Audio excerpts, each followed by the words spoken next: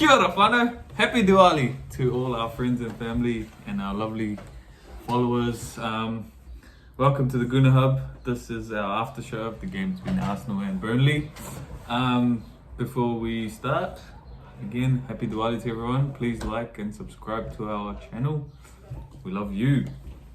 So, a big win, a good win, a solid performance.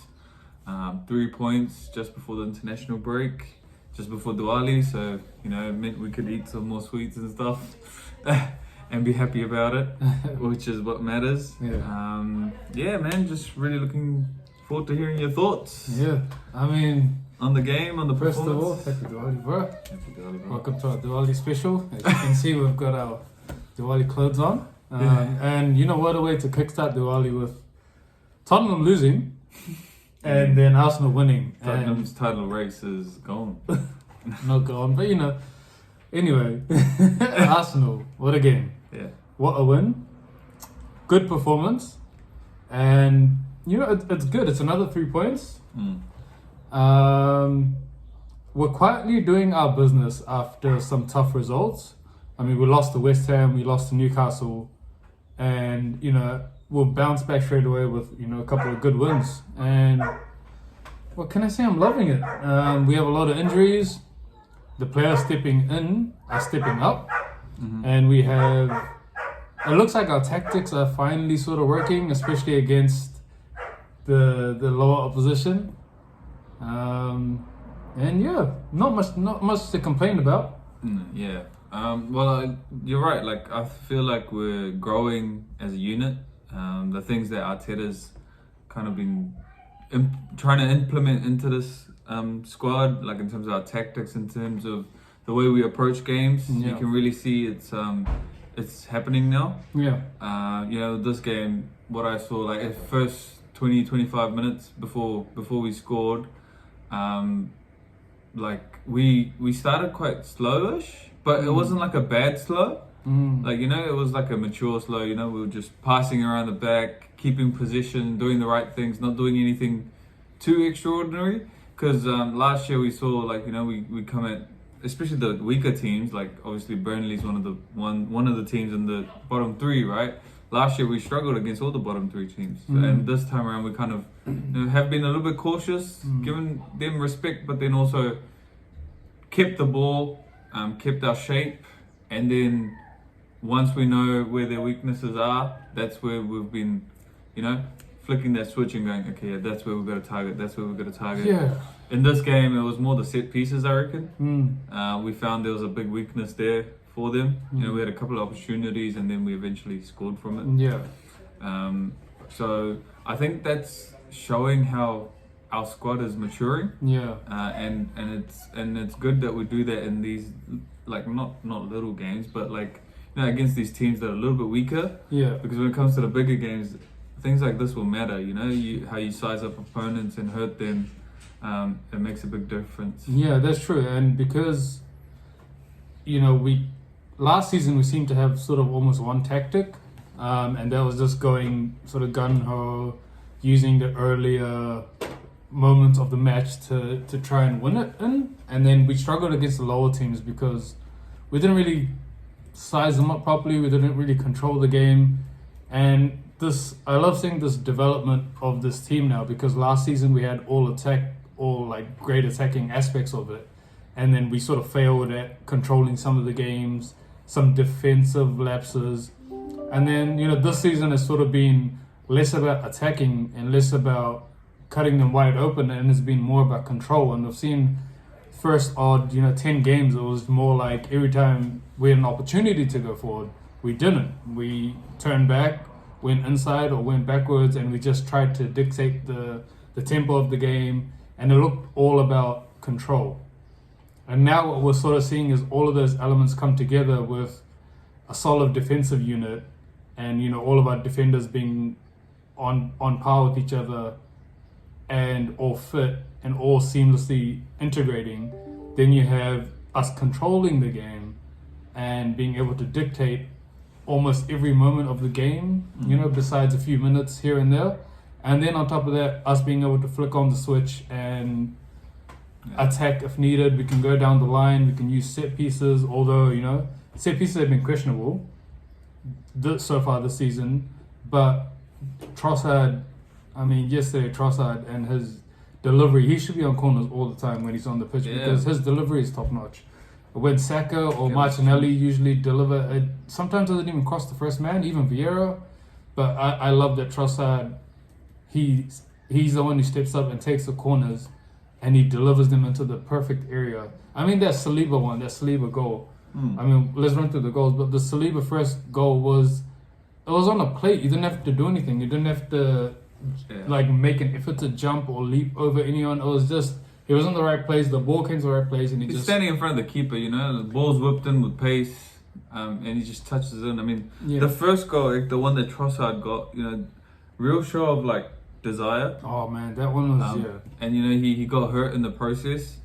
But again, it was from a set piece, ball breaks out, we whip it back in. Saka does well to Saka did excellent with that cross. Yeah, and then Trossard just there, Johnny on the right spot as usual. And he got hurt in the process, and like I said, it's great to see that he he's playing as our number 9, and he puts that sort of effort in and that urgency to get to the ball. Whereas I think if maybe we had someone else, they might not get there. And he's not a big guy. For him to make it, to the back post and get that header in. Yeah. I mean, he could be our number 9 for the foreseeable future. The way this is going, 2 matches, 2 goals. Yeah. And an assist. Not against easy opponents. Burnley were quite stubborn that whole first half. We had some really good big moments where we probably should have scored before we actually got the goal, but they defended well. They haven't been the worst of teams, but they haven't been getting results. But some of the play we had, it was really intricate. The touch passing, it was good to see. Tight spaces. Yeah, and we were really opening them up with our movement and our one touch passing. Do you think that's an effect of Trossard starting up top? I think so. I think the way he links up between, especially on the right hand side with Saka, is really something else. Their combination. Jesus is the same, but I think Jesus prefers to drift out to the left more. So when Jesus plays, I don't think you see the best of Saka. But when Trossard plays, you see the best of Saka. But Saka's more involved. In any case, Martinelli has been freaking amazing. The guy is scary to watch. Even in this game, holy shit, man. The last 2 games actually, he has been almost unplayable. I thought Martinelli and Saka were a little bit more tame in this game. Game. But when they had to, they flicked the switch. Saka with the assist. Martinelli, there were so many moments where he just skips past players. Or he's starting to drift into the midfield now. He comes into those. He does what Saka does. So how there's been all this talk about where Ben White sort of angles his ball inwards and Saka runs onto it. Well, they're doing that on the other side of Martinelli now, and he runs through. And even in the Sevilla game, that's how he got the assist. He ran through into the midfield to meet the ball, and then he played the ball through for Saka. And it's great because Martinelli can do both now, and we're seeing when they have to, they flick it on, and and just talking about all these performances, we've had so many injuries. Even before this game, we had Jesus out. We just talked about that. Partey's still out.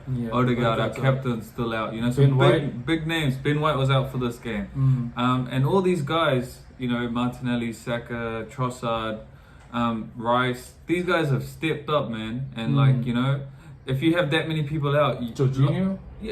Look at his performances. With all these guys out, last year we might have struggled in this game. Whereas in this game, against Burnley, we didn't look phased. There wasn't one moment that you're oh crap, we're missing. There's little moments the chances that Havertz got. So if Odegaard got that, maybe. Especially the shooting, the finishing. I think Odegaard's got a better finish on him. Yeah, well, there was 2 moments with Havertz. The one with the header, which he absolutely should have buried that. And there was the other moment where he took a brilliant shot, but it was saved. But the thing with him is, I don't know if it's just the way he plays. There was one chance where the ball kind of broke to him, and he takes a good shot, but it gets like blocked. But it feels like the way he's going into that shot, it's like, oh, he's just doing it because he has to shoot. It's not like he's doing it because he's gonna score. You know, his body language kind of, to me, feels like, you know, like Ozil was at one point, like lethargic-ish. I don't mind that as long as you are contributing towards goals. If you're assisting or getting goals yourself, I don't mind that. But the problem with him is, he's not doing either. Yeah, he's not doing it. But I did think he had a very good first half. I think he really drifted away in the second half. I mean, the Sevilla game and this game are two games which Havertz absolutely should have taken the game out of scruff of the neck and done something that wowed everyone. There's no wow factor about him. I mean, like, what's good about him is his, like, you know, he's a ball player.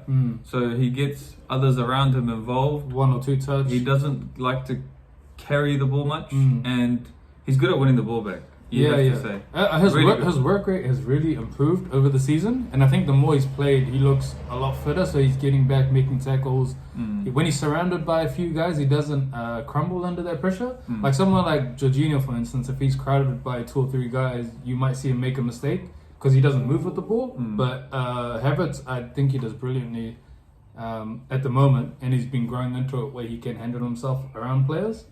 What about like everyone else? How do you reckon the boys we had some top performances, and I think, you know, Saliba, boy, is there another centre back in the world that is as good as Saliba? I think he's one of, now, I don't know if it's a stretch, but one of the top 5 players in the world at the moment.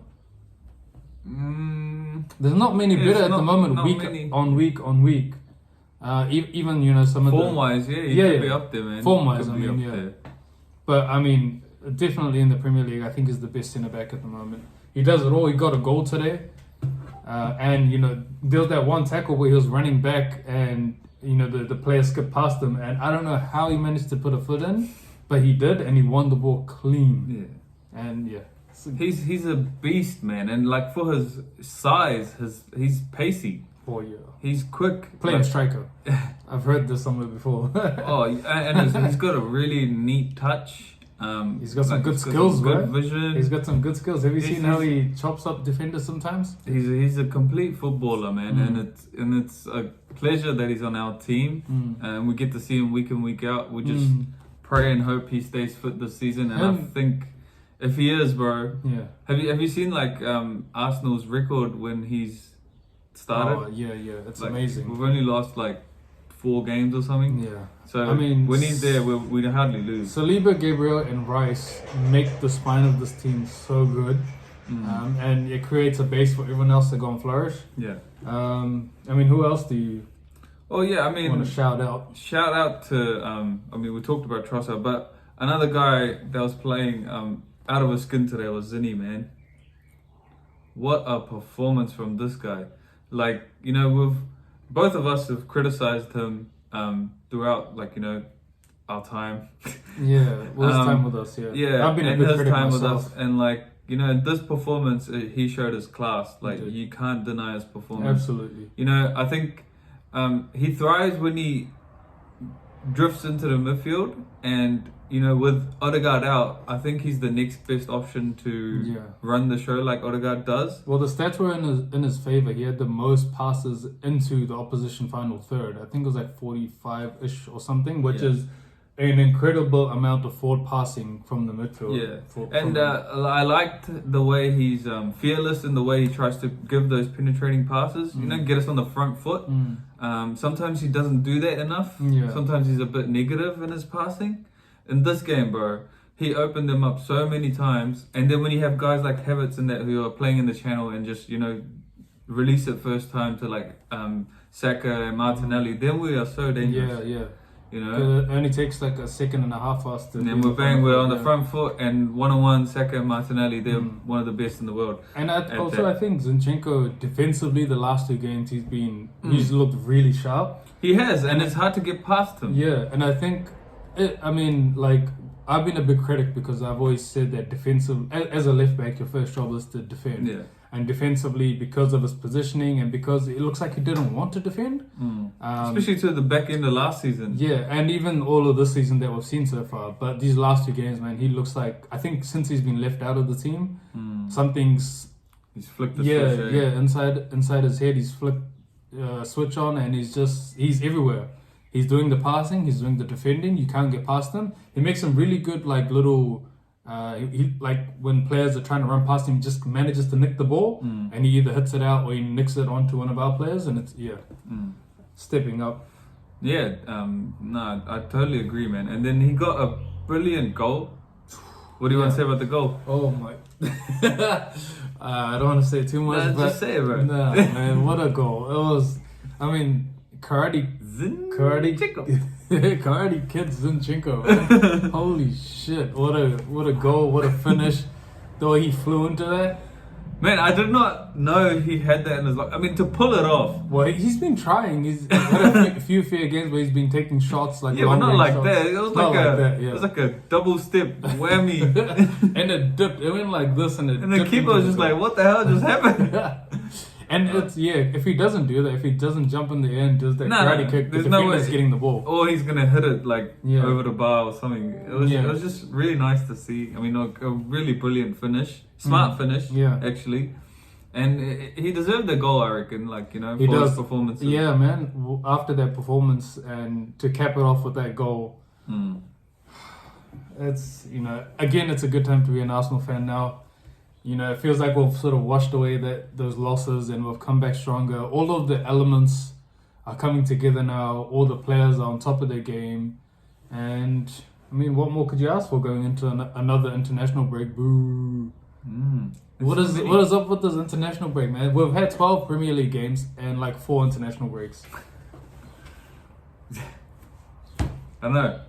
It's like every other week we have an international. Anyway, I mean, 3 points. It puts us level with City. Yeah. On top. Obviously, they've got a game in hand. And Tottenham slipping up. So yeah, definitely guaranteed second before we go into this international break. Depends on Liverpool. So, yeah, on Liverpool. Yeah, but awesome results. Yeah. Just want to close off. What do you reckon? Who was your man of the match? I'm gonna be top 3 players, I think. Yeah. Top 3. Who's your top? Okay, who's your top 3 and bottom 3? Go with that. Top 3, bottom 3. That's how we do it. Diwali special. Damn, this is extremely difficult. I'm gonna say Saliba, Trossard. No, actually, I'm gonna change it. I'm gonna go.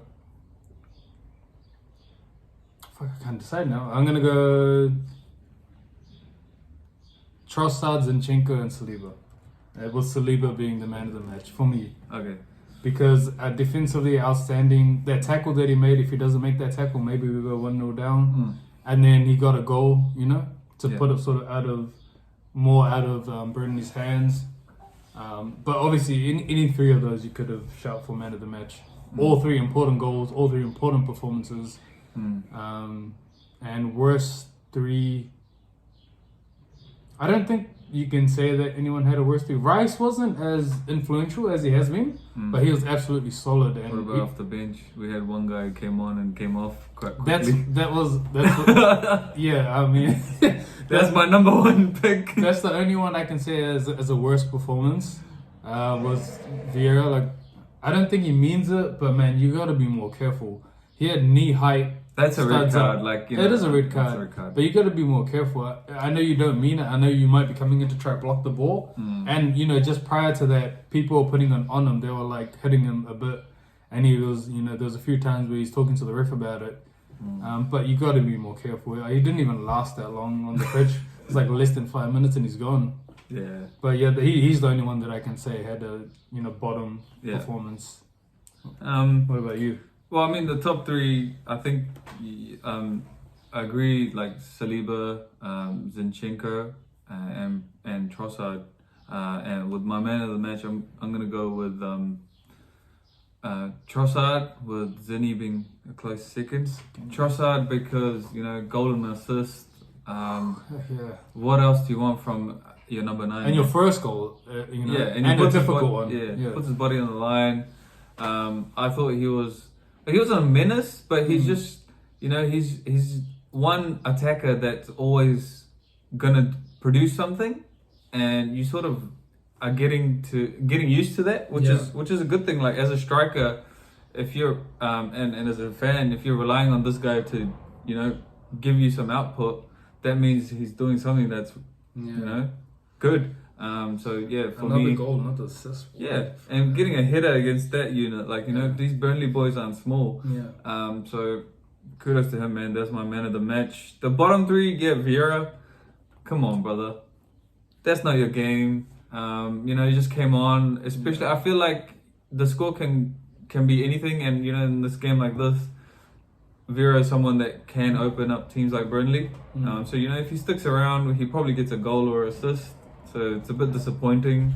And he's going to be out for 3 games as well now. So Yeah, he won't even get a chance to get exactly. into the team. Yeah, the other 2 probably Havertz, just because of what we've spoken about. I mean, he didn't have a bad performance, but relative to the whole squad, yeah, he'll be in my bottom 3. And Tommy, just because of that goal we conceded. Oh, actually, do you think that was a foul or not? Nah. To me, I thought it was a foul because It wasn't a foul. I think he's pushed him from behind. he sort of nudged him, but it's not a big push, bro. It's not like the Gabriel push. Well, I mean, like the other game. It's not, but It wasn't a clear and obvious error. You're a defender. As a defender, if you're trying to shield the ball and you're on one foot, Yeah, you're trading foot, and someone comes and nudges you while you're off balance. It can be. It could have been given, but I think you have to kind of trust the ref's decision in that one because I don't ever trust the refs. In this no, but in this one, it was a bit 50-50, It wasn't like a clear and obvious, he's been fouled. Because he's sort of going down anyway, gets a little bit of a nudge to help him. Yeah. I think he just gets his body position wrong anyway, to be honest. And he tries to make it look like he's being fouled. Well, fair enough, okay. I can see that. Yeah. So that's the only thing. Otherwise, he had a good performance. They had nothing down there. So Yeah, so those were just my only 3 things. But, I'm happy. 3 points, 3 goals. What else do you want? It's Diwali. We're celebrating. We're going to have more sweets. Put on some weight, not fit our clothes anymore. My buttons are struggling already. But yeah, thanks guys for joining us. Happy Diwali, and share the love. Please do like and subscribe, and let us know your thoughts. Come on, you goodness.